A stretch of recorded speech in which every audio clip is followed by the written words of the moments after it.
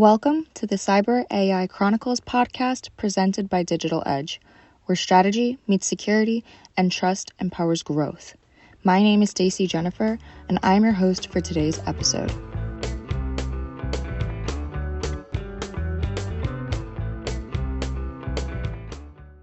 Hello, everyone, and welcome back to another episode of Cyber AI Chronicles. Today, we have Rafi Jamgochian, the CEO of Triada Network, here to speak with us, and Michael Petrov, as always, the CEO of Digital Edge. And I will pass it along to Rafi to kind of give us his introduction on who he is, what he does, and let us know what information he can share with us.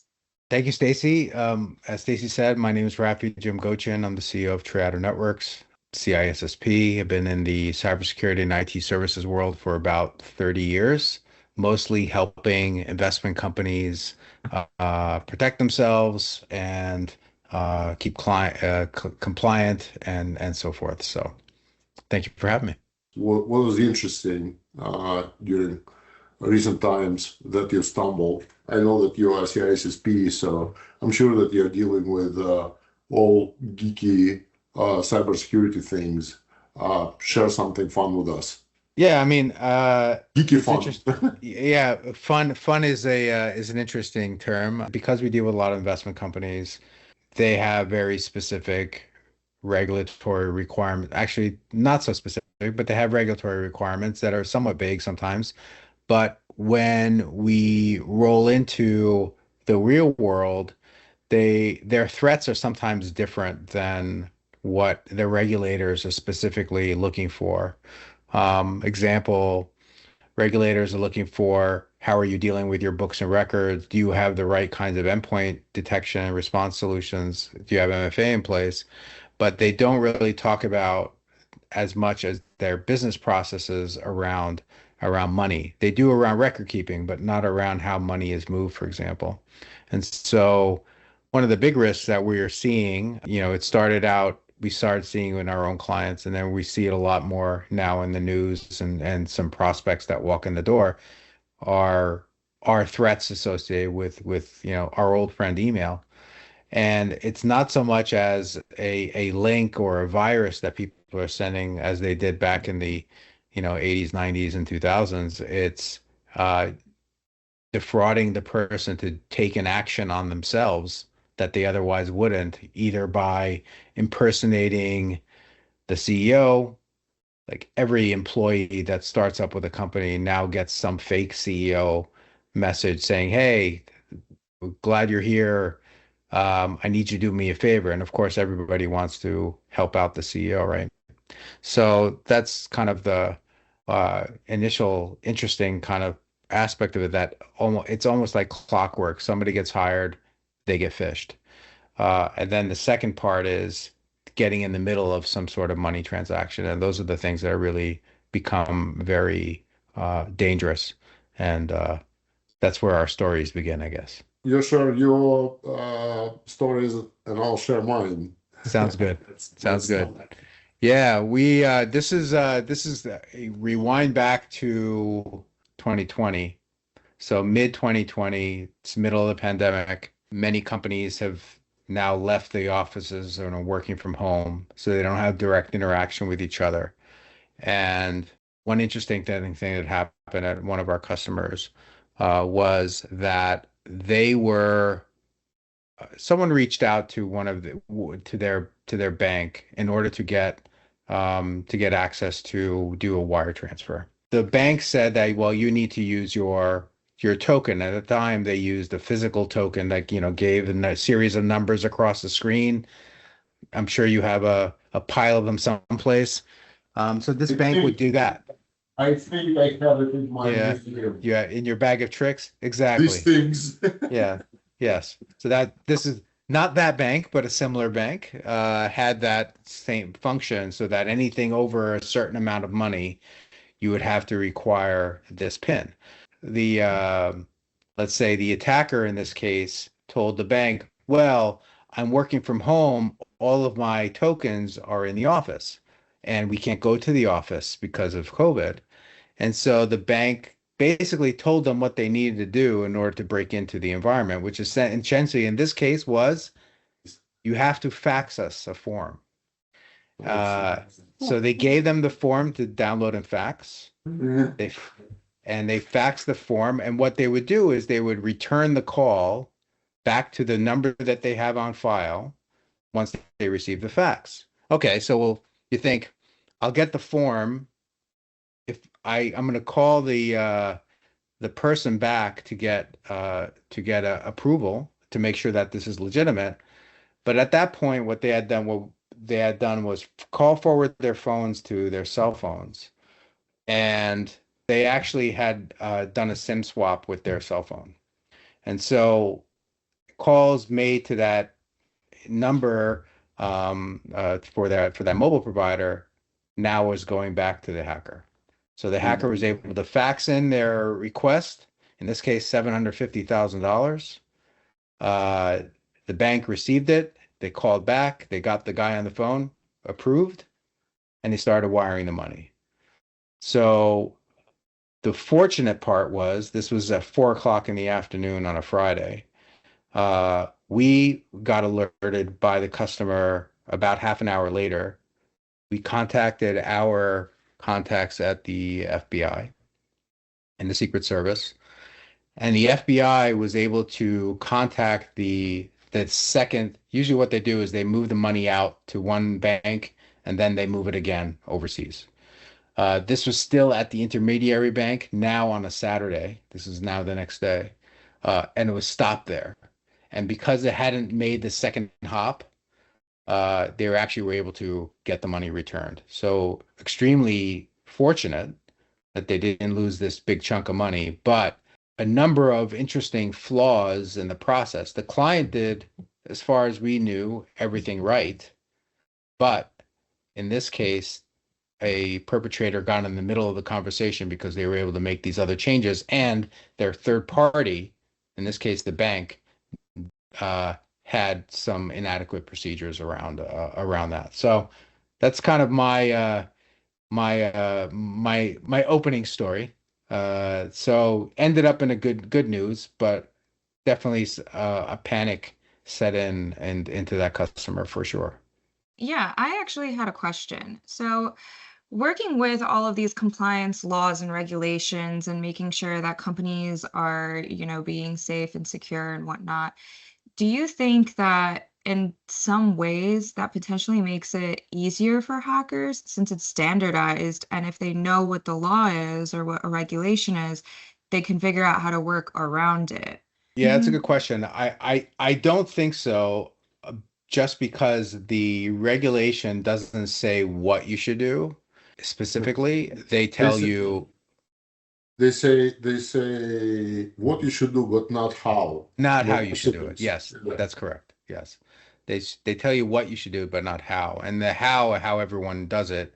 In this case, the regulator doesn't say, "Oh, your backup should be fax." The regulator says, you need to have a robust authentication procedure for doing your banking, or something like that. That actually is not even a regulation. That's an internal bank process. And most companies that have when we recommend stepping into a customer for what sort of policies they have, we always ask them, do you have a money transfer policy that includes an off-channel request for approval, so that if the request comes in by email, that you follow up with a phone call or some other mechanism in order to verify the transaction. The bank did that in this case, but because of the other things that had taken place, the company, my client's AT&T account was accessed, and they were able to forward numbers or swap SIMs, in this case, or something else. So yeah, I don't think so. The regulations don't. I don't think they go far enough in some areas for in terms of being prescriptive, but they don't tell you how to do things. But then how are you seeing like the example that you gave is that, there's a request for money and then the procedure is that they have to call to confirm it. But then with AI and with, fake voices, fake Yeah. identifications. How are you seeing that being played into future of security? Yeah, it's a great question. I think it's certainly we're seeing it. It's a problem in the news. We've seen those at least for people who are taking jobs just using AI to pretend that they're really somebody in Brooklyn when they're somebody in North Korea. But we haven't seen it ourselves at our customers. I think the idea is being able to do enough diversity around the different types of authentication, whether that's, yeah, maybe voice, but then also do something else, especially when you're dealing with large numbers. You're not going to do that for every transaction necessarily, but you may be doing that for the big ones. The biggest ones end up being the ones that they ask for a different, and like just like in this case, was changing of a bank account, right? So most of the time, there's a wire that's about to take place already. They're in the middle, they get in the middle of the conversation and they say, hey, by the way, put it into this account instead of that account. Uh, that's that should be a red flag. And so now instead of and that's when that's what's triggering the additional authentication request. AI is going to be tricky to get around with that for sure. Mike, have you seen it in your world? Yeah, I had two wows during your let's look at your kind of it's interesting. Like SIM swap in 2020, that was like wow. Yeah. Yeah, because it becomes like more and more popular now. But back then it was like I'm just curious, was it something new for you back then, or it's kind of it was already That normal? was the that I mean that was the biggest one that actually we've seen it happen but not actually take place. That was the first one that we had seen that we had to take direct action on. It turned out there were other problems with the customer during this transition during COVID that we had to shore up a little bit, unrelated to this, but it actually set us down that path. At that point, I'm trying to think of where to that point, most of the issues that we were dealing with were blocking ransomware attempts, Right. not really business email compromise. That was the first, I think, for us of a business email compromise. Later on, uh, it became almost commonplace, not commonplace in the sense that we were always fighting a fire, but when we had prospects come to us and say, "Hey, we just lost $200,000 because our finance person's email account was accessed. They didn't have MFA. They were phished, and they get in the middle of a conversation. And they do one of these wire transfers. That became more common. Seeing it after that. What we also then started seeing was attempts at this with existing clients, and as we put some things in place to alert us to if an account was compromised. That allowed us to stop it earlier on in the kill chain. So if you look at the cyber kill chain, there's like multiple steps along the way, right? So the misnomer is that the hacker only has to be right once. We have to be right all the time. That's not 100% true. If we're right somewhere along that kill chain, we can also be we can also improve our likelihood of stopping a material breach. And so maybe you didn't catch it on initial access, but you caught it on another thing. That's another a way that you can catch somebody in the act. So several times as we were kind of beefing up certain kinds of processes around that during especially during that year 2020 2021, we saw a lot more attempts at these kinds of activities, and that forced our question, the question of like where we should be focusing our attention. Up to that point, probably like many, we were focused on making sure the endpoint was as hardened and as protected as possible because the fear was we were fighting the last war being ransomware and not thinking about, okay, we have to protect identities as just as much, if not more rigorously than we are the devices that people are using. Right. Right. My second wow was because you said that FBI took the place, and I was like, wow, because FBI is usually not moving. But then you said how much it was, and I understood that because it's not an official information, but kind of like a gossip rumors that FBI doesn't take anything less than like half mil or in the proximity of $500,000. If it is less, they wouldn't move. And I can tell you, we had a loss of 60K, something similar. Basically, a person in the middle checking like back and forth, and then they saying, "Oh, listen, we are from that large supplier. We know that you use ERP system. Click there, and change this number to that number." So I can't receive it. Updated information in the whatever they knew what kind of system they were using. He Okay. updated the account only account number, but the money went from like one bank to like same bank, and then it was multiple jumps, and we lost it when it went to like Vietnam or something like that. And actually, FBI didn't take the case, but Department of Homeland Security, I have a guy that I know, and also New York Cyber Squad took the case. So we kind of worked together, and they couldn't stop the money because it was already like three It's already jumps out. ahead.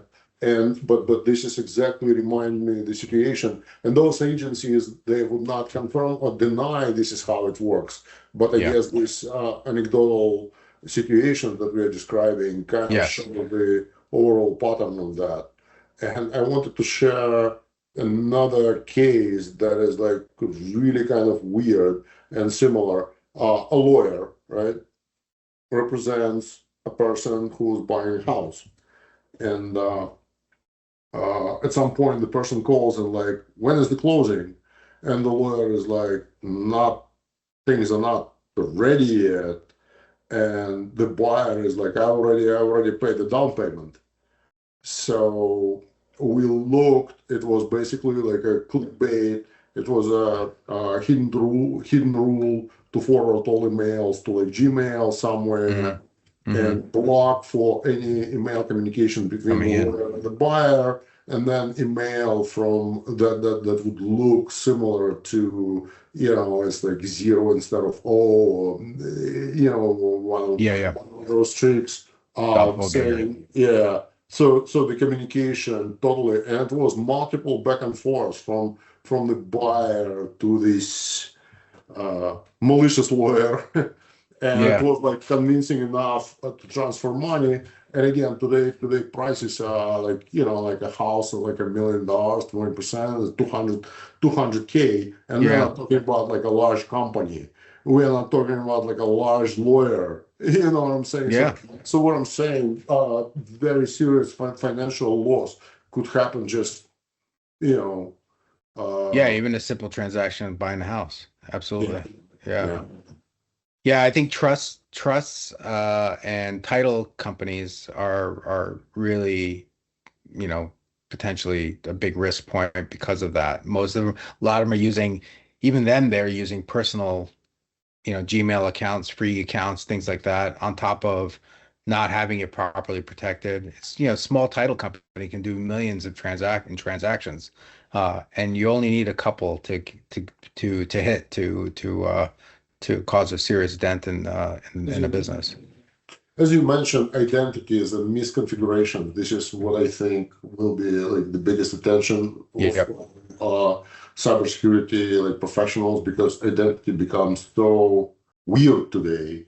As Stacey was mentioning, that if you rely on how you look or how you speak, it's not your identity. So the question is like, what is the identity? Is it Yes. a fingerprint, or what is the identity? And with AI, it becomes harder and harder. I think a good thing, and passwords too. Passwords is a problem. So this 502 protocol that is kind of hopefully will be implemented. Like you need to have something plus like face recognition, so it will alleviate certain things. But It's but going to some be of a the combination of things. That's the only way to do it. right. You know, I think people rely on only one solution, I think, and it's going to be a couple of different ones. It might be voice, but it'll all be voice along with something else. It'll be, voice along with a token, a voice along with some other process. How do you advise your clients? Like how do you help them to protect from the situation that we both described? Is it like training only, or like what else are we doing? Yeah, I mean, I think we have training is obviously part of it. The to be able to identify, we've gotten to the point where we've browbeat customers so much that they're forwarding almost every legitimate email to us saying, "Is this real? Is this real?" Um, I'd rather them ask than not ask if they're unsure. But yes, training is certainly part of it. Doing some sort of hygiene around if they're still using passwords. What's a good way to create a password? What's not a good way to create a password? Don't just rotate numbers. Again, those are you do it with some training, but then you back it up with some sort of, Microsoft 365 now has pretty good password filtering rules around preventing certain keywords. So like when we take over a client, we'll load it up with every sports team in the area so that, no one's, picking Jets 254 versus, something else for what they're doing. That's one. And then the other is like we do on the endpoint. The endpoint up until let's say 7, 8 years ago, our the most frequent solution was some sort of antivirus, right? Signature-based antivirus, maybe some heuristics, and that's kind of it. It wasn't until the advent of EDR, but EDR was responding to a detection. It wasn't some of it automated, but a lot of it manual. So now we're doing the same thing on the identity side. So we've added in a lot of identity detection, and then we would do some response. Some of the response is automated, some of it's not. So if we see some activity like, for example, 10 failed attempts followed by a success. If we see an unusual transfer of like they logged in here, then they logged in here, country that they're not used to, or country they're not used to, but not on their own device. For example, we can correlate if a user is using their work device with their identity versus not their work device with their identity. Are you Um, are you doing it on SIEM, or are you doing it like EDR, some kind of like EDR cloud solution? yeah, it's more of an EDR cloud, more like a cloud detection response solution rather than a SIEM, where the SIEM usage is, I'm going to say, light unless there's a requirement. We're finding that SIEM tends to be, unless you have the right people in front of a SIEM that can work No, it and it's manage it. yeah, It's it kind has of to be. it's It good has for to be forensic done. use after the fact.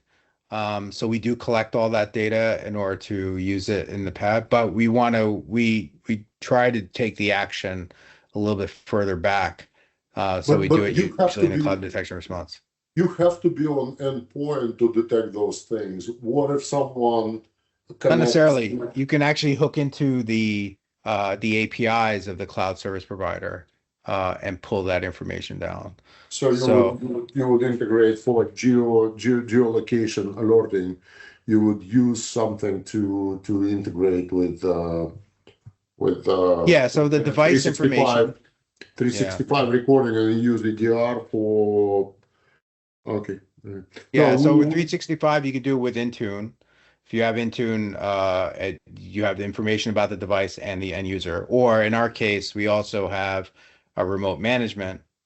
And so from our remote management, we can see what the IP of the device is and the IP of the connection coming into 365, coming, for example. So if you pull information down now, if we're getting technical, if you pull information down from Microsoft Graph, you can see this user's logged in that IP. That's different from his desktop IP. Maybe are something is wrong. you are Raise you the risk. pushing it in the Sentinel, or you're not using Sentinel? No, we're not using Sentinel. So Not using basically, it's Sentinel. kind of like alerting on fly. Yeah, it's pulling the information on the fly and from the Graph API into the CDR platform. And the CDR platform is actually doing the correlation between um, the information we have on the about the endpoint if we have it, or information just on the identity. And we can do some things just on the identity. Like we can see that someone logged in as Stacey and then created a rule that all emails should go to RSS feeds. We know that that's probably something malicious. The same idea that you talked about, where any email coming in was automatically being deleted or moving to another folder. If we see that detection event, then that's a trigger for example, our help desk to reach out to that customer and say, "Did you create this rule?" It can sometimes get noisy because we have certain clients that love Outlook rules and they create rules for everything, but we rather be safe.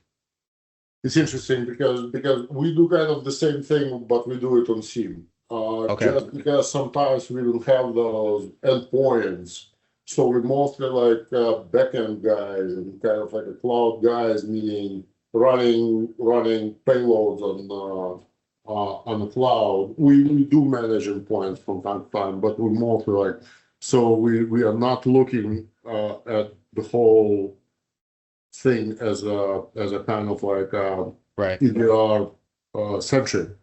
Right. So we implement SIEM, and yeah, there are challenges. Sometimes it's not enough information.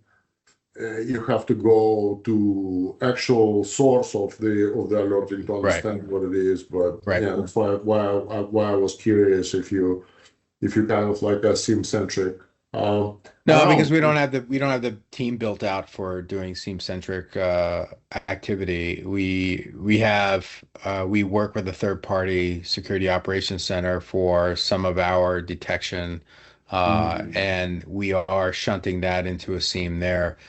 But most of what we react to is further back on the source information rather than on the seam. I look at the seam as more of a after action, going back and looking at, getting a fuller picture of the story rather than necessarily having eyes on glass, identifying threats in real time at the seam level.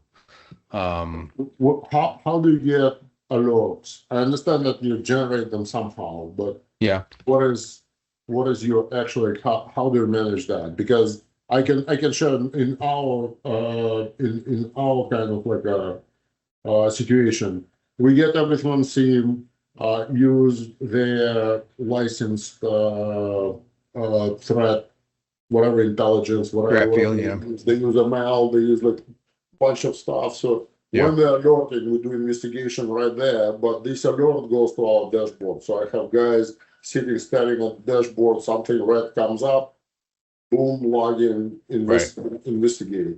right. So I don't know if you have like dedicated people or you rely on. Similar, Mhm. similar, but we use you can it's not a real seam, but it's a log collector. And there are certain rules around the log collector so that if it identifies something that's an issue, then somebody on the security operations center will investigate it and then escalate to us if we need to. So in that sense, similar. But what we've done is, and the way we collect that information is from mostly from the endpoint, and then B, the cloud service provider, and then finally firewall logs. But because of the way that traffic works at most of our clients, whether they have an on-prem site or they don't, the firewall logs have become extremely useless other than looking for anomalous connections. So we do match, say, outbound and inbound connections to threat feeds to see if there's an IOC that matches, and then that we should identify if someone inside is connecting to a known bad IP. That's probably something bad that we need to investigate. And so if we look for those kind of things, then we'll see that at the firewall log level. That will then trigger something like that. But we use the same thing. We'll use alien vault threats feeds. We use some from gray noise, and then some ones that some of our vendors proprietarily built through AI, blah, blah, blah. So there's a mix of that happens, and then they match that up. And we leave that because we don't have the staffing to have a full SOC on our own. We use the third party to manage that part of it. And then we take the escalations of after they've already triaged the issue. Yeah. We kind of do everything in house because we have that kind of like advantage. I know bunch of guys that are operating managed detection and response, running their own SIEMs or log collectors, whatever. Right. And they all killed by cost of like Azure or AWS because they don't have hardware. Like our advantage is that we have hardware, so we can speak on our disks. We could move. SIEMs can get expensive. So we just license. I can disclose product we use with Elastic, and Elastic usually is kind of like a Hadoop-ish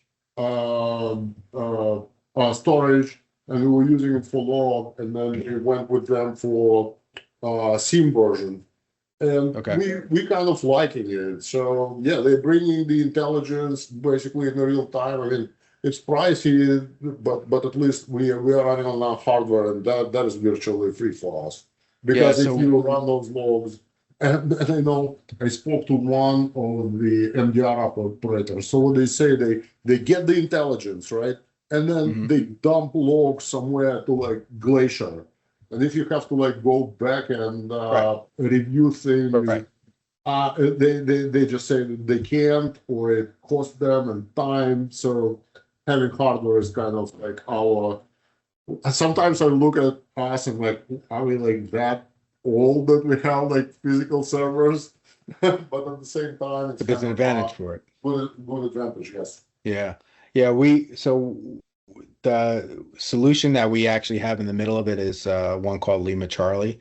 So Lima Charlie pulls in information from the endpoint detection and response system, plus it has its own detection and response, and then that gets pulled into, then we can query that for information. That's where the SOC team actually lives inside there to determine, between the CDR system, the endpoint detection system, and then its own rule set around that. And they have some What it's called? I didn't Lima Charlie.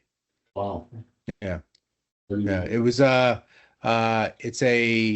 there's a number of EDR vendors that use it in the background. It's a freemium product you can use for free, or then pay them for whatever support, etc. Solid solution. So Can you speak a little bit about endpoint protection? Like, can you disclose what you're using? I mean, I think we all use Defender, right? I mean, at least somewhere. It's impossible. It's impossible to avoid them.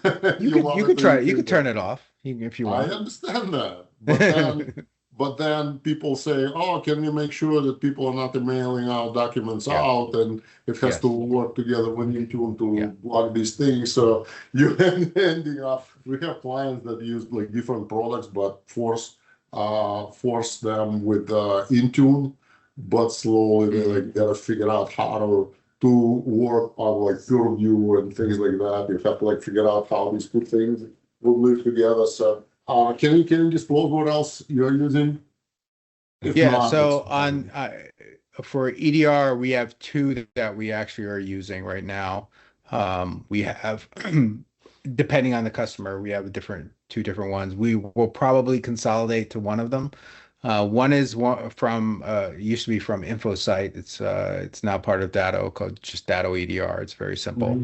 The other is Deep Instinct, which is an Israeli company that does more deep learning based.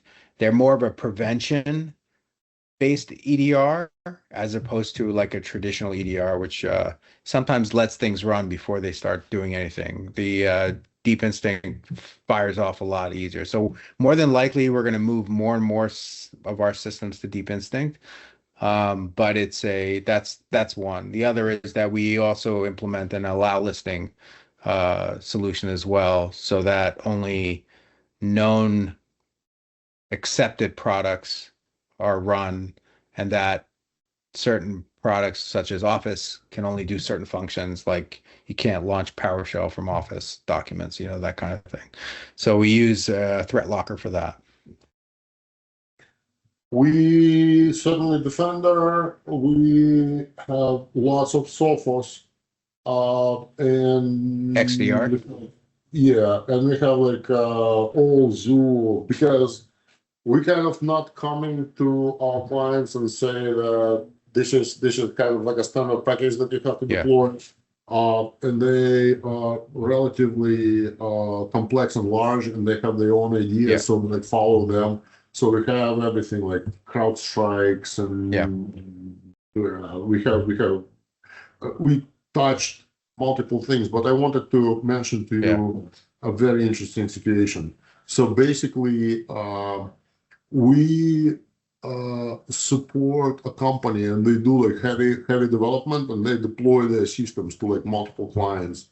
And we operate the clients, we don't operate the software. So during the deployment, we noticed that it's installing OpenVPN, and we're like, interesting. But the developers, they use OpenVPN, so like so we started asking questions, and no, OpenVPN shouldn't be there. So we looked at the deployment package. It was totally repackaged, so it was basically wrapped up in the malware, and it would deploy malware, and then it would deploy the software. So we had fully blown. I'm not going to disclose who, but we had like full blown licensed anti-malware. It didn't even XDR, whatever it is. It didn't even like notice it, and it was running for like a few days, and then we started. How did you catch it? That's what I'm saying. During deployment, we saw that it deployed OpenVPN, and we started asking questions. Yeah. Okay. So no signals like anywhere. So what's interesting, it didn't need OpenVPN. It was using vulnerability in one of the OpenVPN library to basically bring. Yeah, it was such an interesting case. I have like limited disclosure about it. But we spent some times on kind of like understanding if you can clean, because it went to like bunch of clients. And we spent like, I don't know, like 3-4 days to kind of disassemble and try to figure out how it hides. And the deeper we were going, we kind of understood that it's better to redeploy everything. So we started redeploying servers, but we started reporting to all partners about these new things. And I can tell you that the guys that didn't catch it, it took them 2 weeks to report it on like VirusTotal and things like that. And everybody else started picking up much slower, like within a month only. So it was brand new next version of Medusa. So they identified later as Medusa, but it was like totally repackaged, rechopped. And I have a mail chain with what's called research guys. And it took them like a good week to like understand what it is, and then they detected, but they didn't clean up. Then they started cleaning up. So, but I changed kind of my perception on EDRs and XDRs and whatever. So to me, it's not like there is lots of marketing in there, Yes, in like messaging and whatever. To me, it's so important how fast you pick up new signals. And some of them like are big and not very maneuverable. Yeah. What is your? I agree. There's what I remember when we were first looking at for smaller MSPs, there really wasn't a lot of choices in the EDR market if you go back 7 years, which is about when we started looking at this market. The Sentinel one, we had to go through another third party in order to do it, blah, blah, blah. Sophos had just like put together kind of an EDR, but it was basically Sophos plus a bunch of other tools that they had acquired, and they just stuck them all together and bloated the machine, right? This is going back 7 years. They've cleaned things up since then.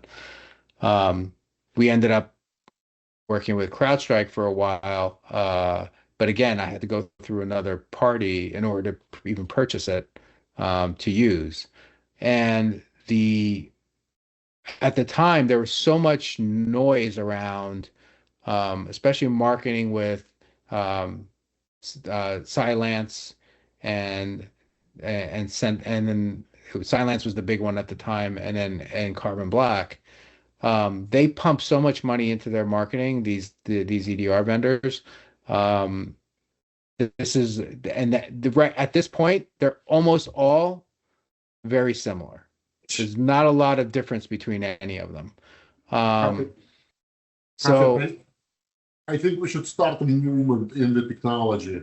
yeah, If you hear too much about it and it's too good, you shouldn't be buying it because it's that's only right. marketing. Totally, 100%, 100%. Because it's actually come to a point where now, like, you can get Elastic has an open source EDR, right?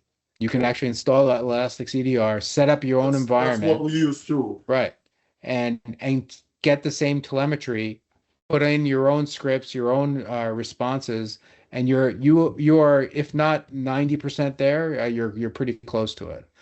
Without having, and within that and Defender, you're in pretty good shape. If you have a team that's behind it. It's very interesting that you mentioned, because sometimes regulatory, we know that on that server, nobody's going to be there. The EDR there is kind of like a waste of everything. So Yep. we throw that Elastic agent, works beautifully. Check the box. Yeah, that's why I'm more bullish about, and I'll tell you a story about when we implemented Threat Locker, which is not EDR. They have an EDR now, but they didn't at the time. It was just allow listing. When we implemented Threat Locker on top of CrowdStrike, our CrowdStrike noise went down to 0. So now we were not dealing with any of the false positive BS plus any of the potential true positives, because the allow listing took care of it. Is the allow listing perfect? No. You can allow something that is good, like an OpenSSL library, and then if it's used for, but if you detect that it's not just necessarily, is it known good? Is it known allowed to run? Are you supposed to be running this on that device? So that's why I'm more bullish on allow listing specifically for us than I am with EDR.